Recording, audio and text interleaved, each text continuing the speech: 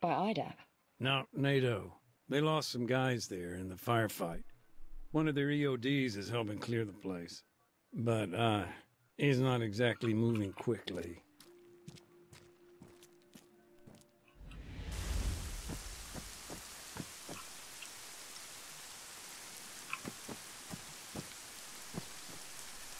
Hey, Andy. Yep. What's up? What's the deal with the church? Can we get in or what? Sorry, Mac. No dice. NATO's got first dibs. They're bringing their boys home. Bag and tag. Best leave them to it. I'll come back later.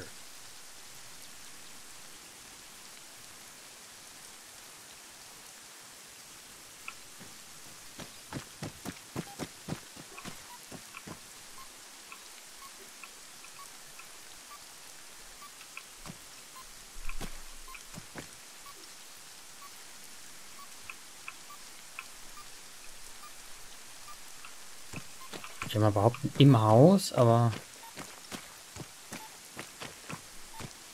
Ist da ein Hintereingang? Ah, Hintereingang.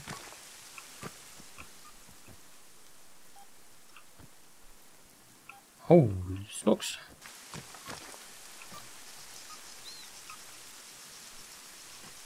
Ah, guck mal, mittlerweile findet er die von alleine.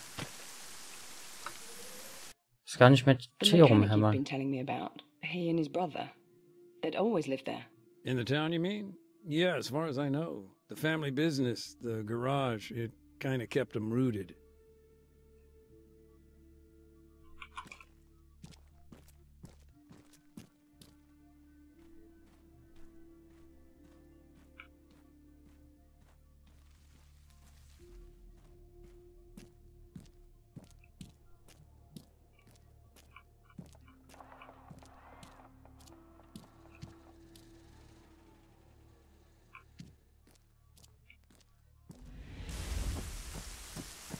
Okay.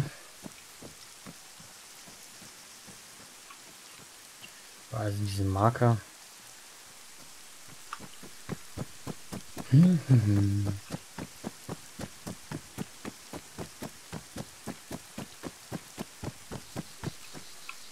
Wie weit war es von hier? Ah, zwischen den Häusern durch komplett, okay.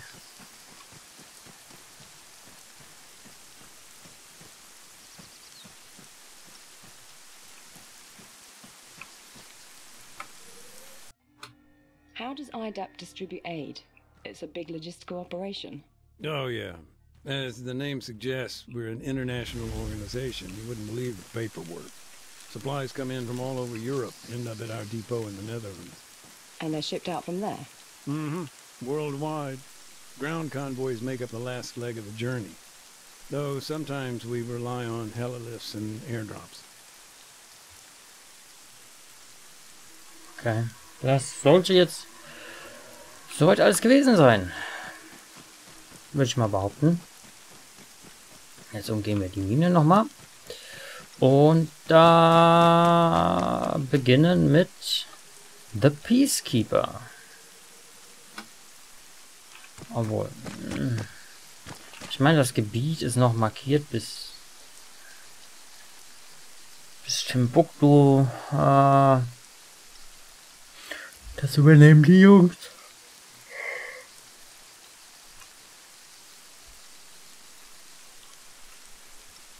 Ja, was soll's. Nehmen wir den Peacekeeper und los geht's. It was NATO that helped bring him in.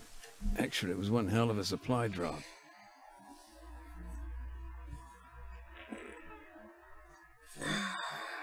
Ach, über den Karton jetzt. Okay.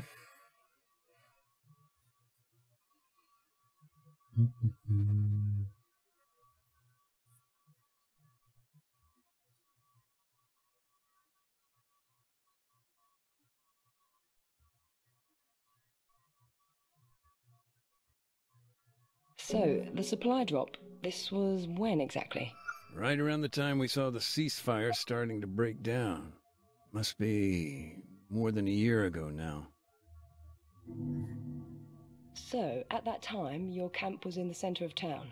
Yeah, things were getting pretty desperate, though. I remember we hadn't been resupplied in months. No food, water, medicine. We were used to issues with logistics, but I don't know. In the end, it got so bad U.S. forces prepared an airdrop. Not an easy task considering, but those crates, they really were life and death. That's why we needed somebody on the ground. Someone to make sure they came down okay. And who was that? Ach, der Soldat, huh? A guy named Adams, part of the NATO peacekeeping force. Close friend of mine, actually. Adams? He went out alone? From the way he told it, he may as well have. No, he went along with some new recruits, local bunch. It was his job to show them the ropes.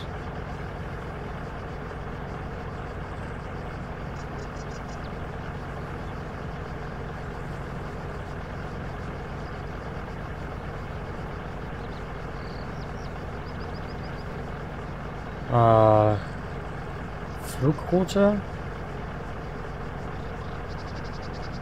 Auffahren sein. Go to the airdrop location. Something I'm not quite clear on. Why didn't IDAP transport the aid themselves? There must have been a reason. Yeah, there was. A couple of weeks previously, guerrillas had ambushed a convoy. It was some dissident group out to sabotage the peace talks in Havana. Anyway, NATO intervened and the whole thing just blew up. A checkpoint was hit. Protesters were fired upon at the MOD. Yes, we were there. Then you know how bad it got. Our movements were limited by the government. Exactly. And convincing anybody to reassign troops, to escort NGOs, just a total non-starter.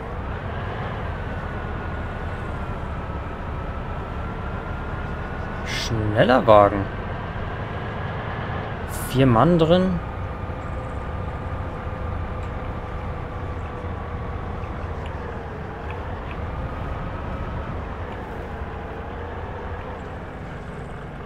Was ist denn da mit den Wolken los? Hab ich einen Abzweig verpasst? Tell me more about your Oh ja. friend. He was your liaison, right? Right. But Adams and I have a history. We'd met on a previous appointment. This guy was your typical Army lifer.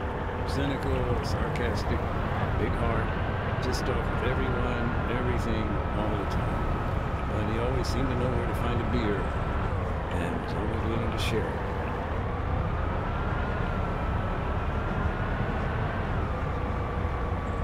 Ah, ja.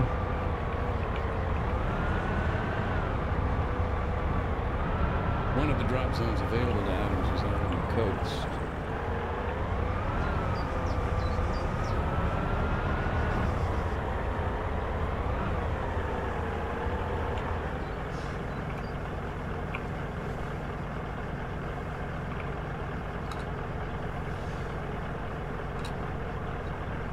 Hä?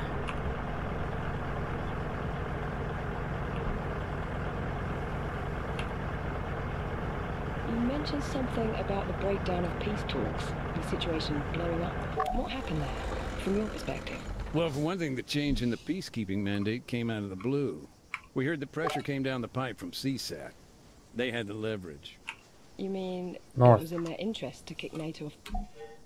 Once he'd called in the airdrop, that was it. They just had to sit tight, hope for the best. One thing I don't understand, what were they doing there, all the way up in the mountains? The town, Oreo Castro, this place has historic ties with the guerrillas. For years, people here would provide them with food, water. I see. The government responded by draining the swamp. And that involved sending soldiers? Yeah, coin ops. Adams and his guys were there to remind them of their R2P. Just a sec, I'm getting a bit lost in the lingo here. Oh, gotcha. R2P is their responsibility to protect. Counterinsurgency can get real messy real quick. He was in charge of training, laws of armed conflict, that kind of thing.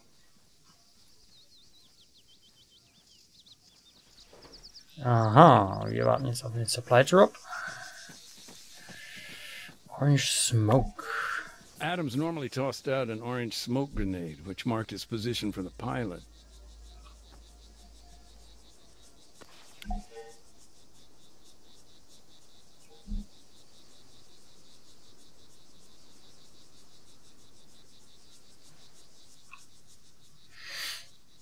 Hm.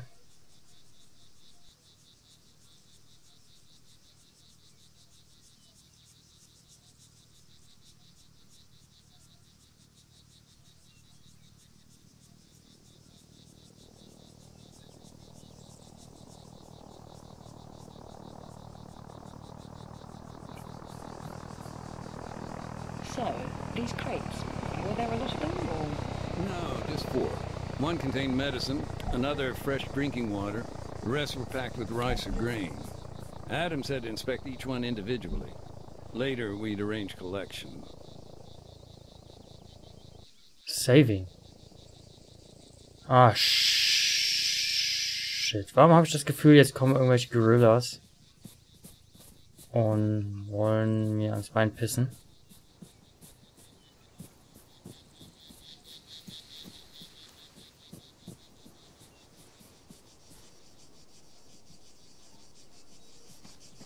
Die driften ein bisschen. Okay. Gehen wir zum Hintersten zuerst.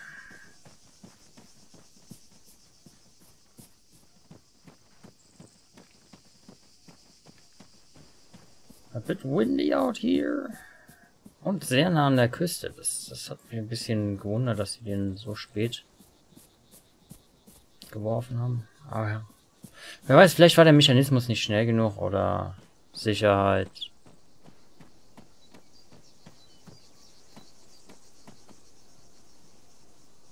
Ah, shit. Ich hätte vielleicht nicht an die Küste gehen sollen für den Scheiß.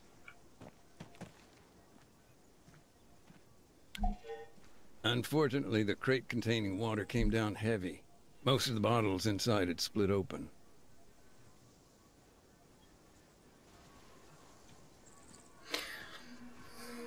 Vielleicht hätte ich tatsächlich einen anderen nehmen sollen. Ich meine, aber ob das davon abhängt, wo ich hingehe, was mit den Crates passiert? Wahrscheinlich. Wahrscheinlich.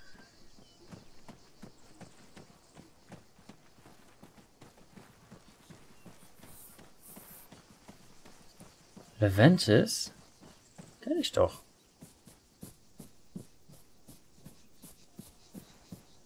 Wasser. Aber Wasser sollte nicht so schwer sein auf einer Insel, wo man sich frei bewegen kann. Mit Fahrzeugen.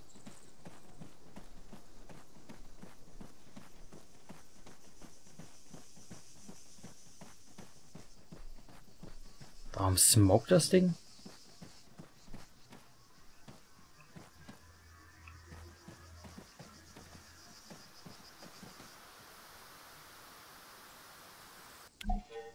The medical items, you can imagine how pleased we were to see those arrive. So they landed safely? Yeah, they were fine. Ja, der Coast Drop war ein bisschen komisch, aber so ist es halt. Ah, da hinten. Smoked auch schon.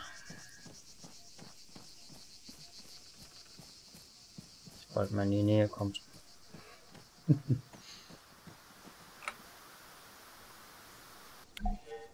It wasn't uncommon for the sacks of grain to split on impact, but that time, we got lucky. He didn't lose a single one. Das stimmt. Die gehen kaputt, wenn die hart aufkommen. Das stimmt, das stimmt. Ändert sich die Geschichte mit dem Drop Location? Das wäre ja echt...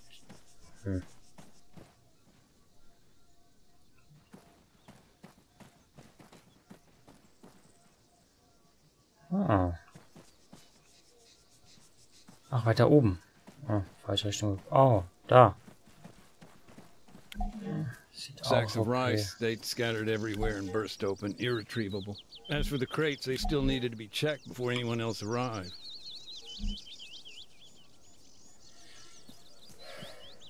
Defend against Guerrillas. Also ziehen wir uns mal zurück zu...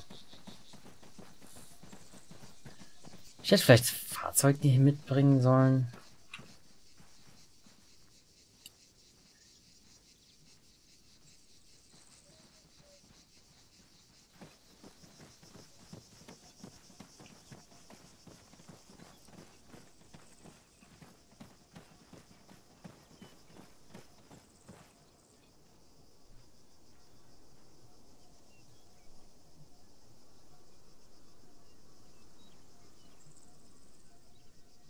Tja.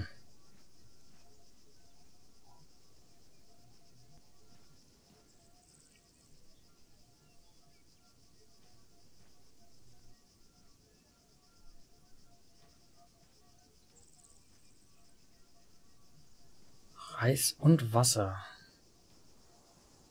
Das sind die Säcke, die da, oder die Crates, die du eigentlich nicht verlieren willst.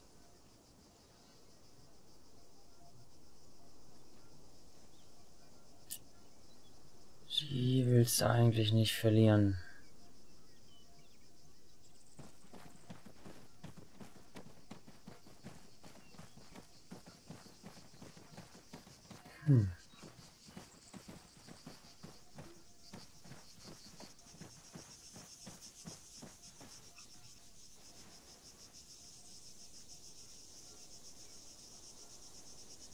Ja gut.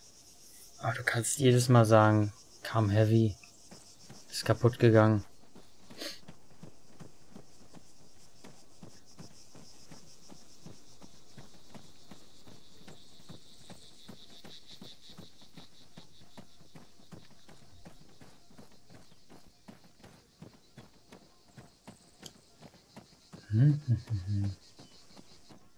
Guerillas.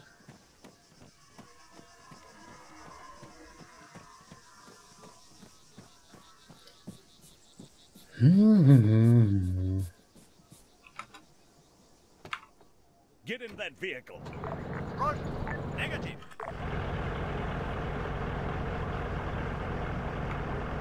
Wait.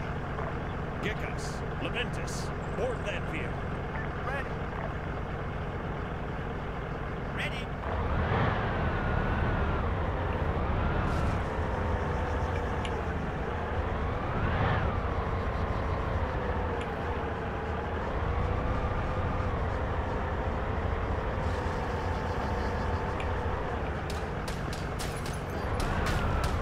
Now, the thing with airdrops, you're not exactly subtle. Smoke, noise of the plane, the bright green parachutes, are gonna get you noticed. And when you're in the middle of bandit country, that's a problem. Okay. Disembark. Roger. Ready. Okay.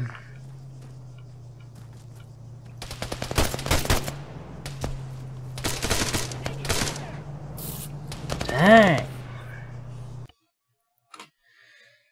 Okay.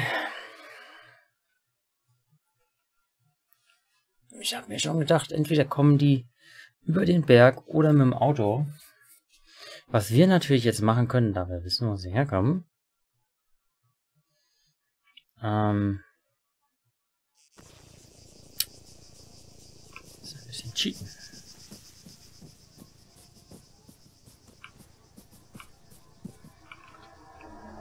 So, erstmal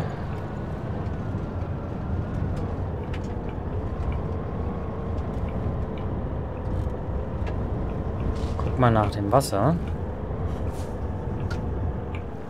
Oh ja, der Abschluss sah sehr rough aus.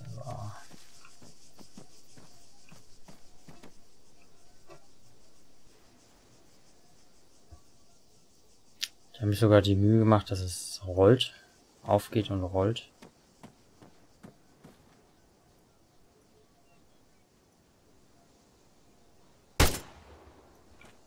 Ne.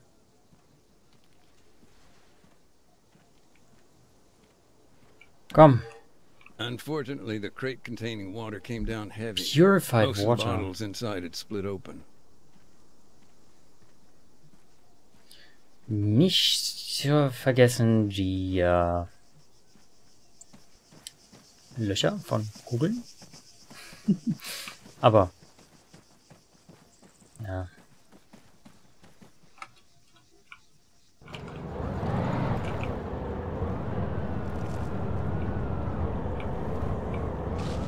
Wie kommt's eigentlich, dass du mit dem Shit nicht hier kugelsicher bist? Würde man doch denken. Med Supplies.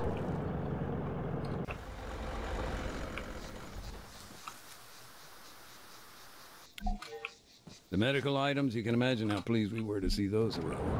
So they landed safely. Yeah, they were fine.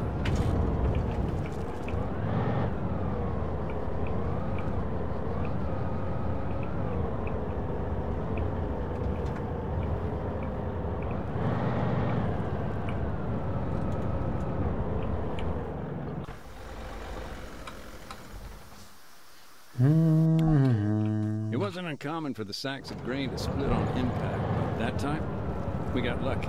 He didn't lose a single one.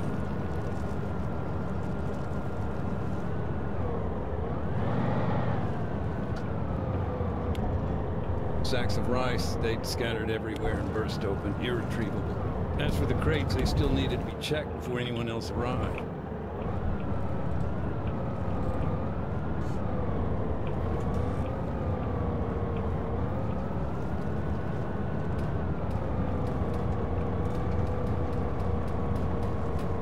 Now, the thing with airdrops, they're not exactly subtle. Smoke, noise of the plane, those bright green parachutes, they're gonna get you noticed. And when you're in the middle of bandit country, that's a problem.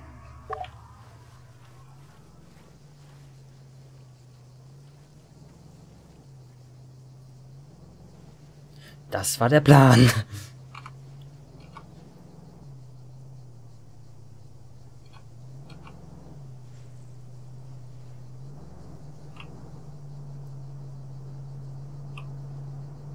Das war der Plan. Man down!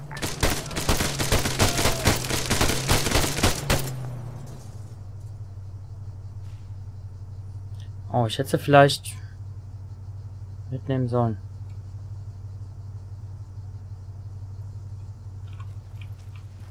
Man down. Contact! Technical...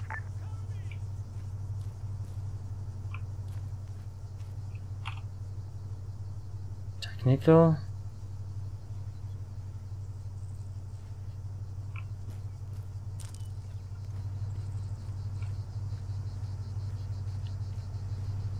Oh, theoretisch.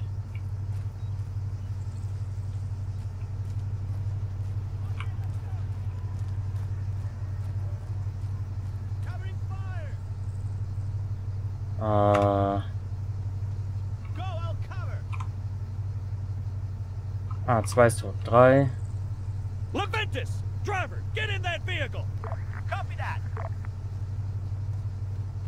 Nein, Moment. Area clear. Negative. So. Petros, Gunner, get in that vehicle. Copy that. Waiting. So. Oh ja, Moment. Ich muss dich noch richtig hinstellen. Sorry.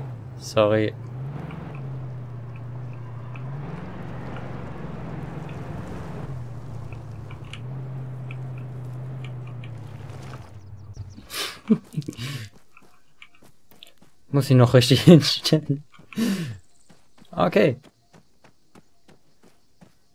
Jetzt haben wir 2 Euro rausgeworfen.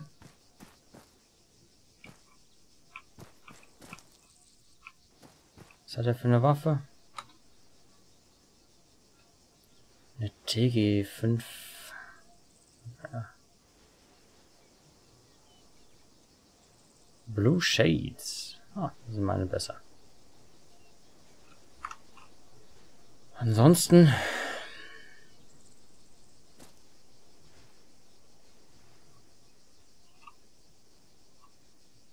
Tasks. Defend against Guerrilla Ambush.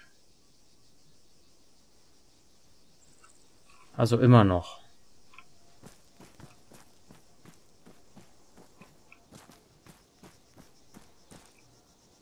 Wie kann es sein, dass du dadurch getroffen wirst?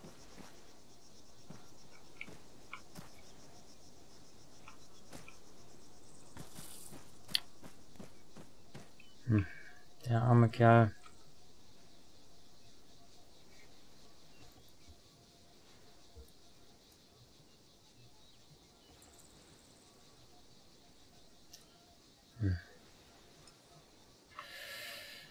Tja.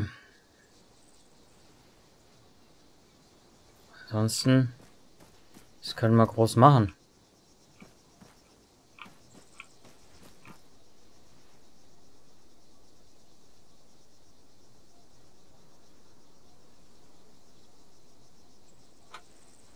Commander.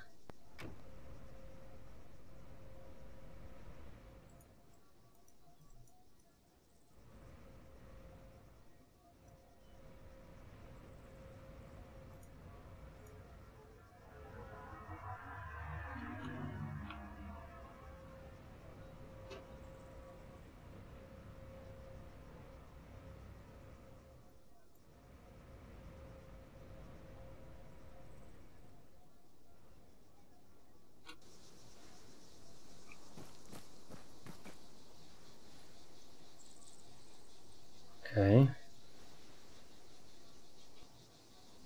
Oh, nein. Die Waffe wollte ich nicht greifen. Nur rearm.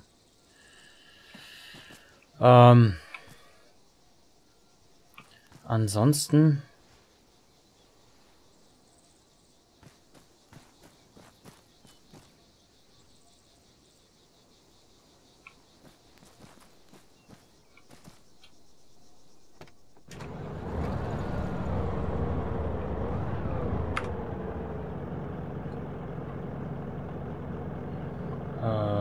drei. Leventis, Commander, get in that vehicle.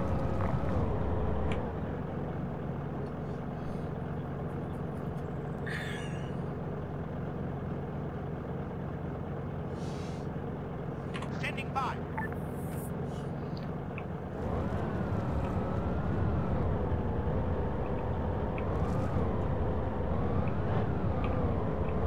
So, du da oben auf deinem Schützenstand.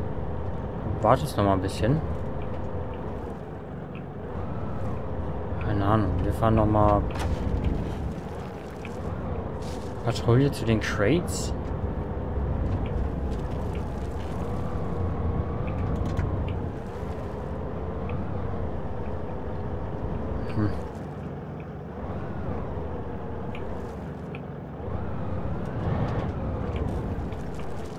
Oh, warte, kann ich... Nein.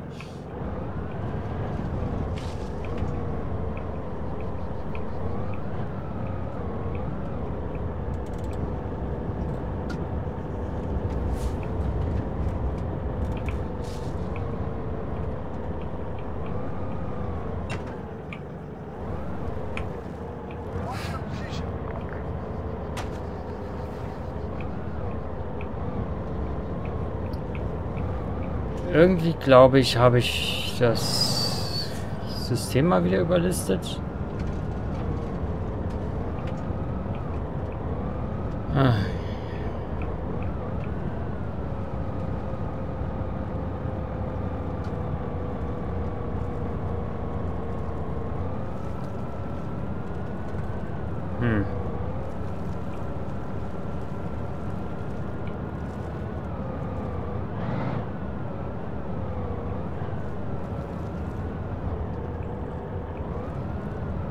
Was passiert, wenn ich wegfahre?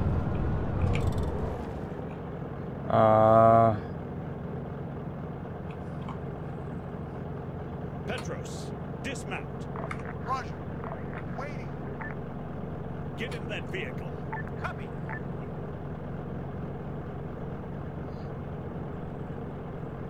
Standing by.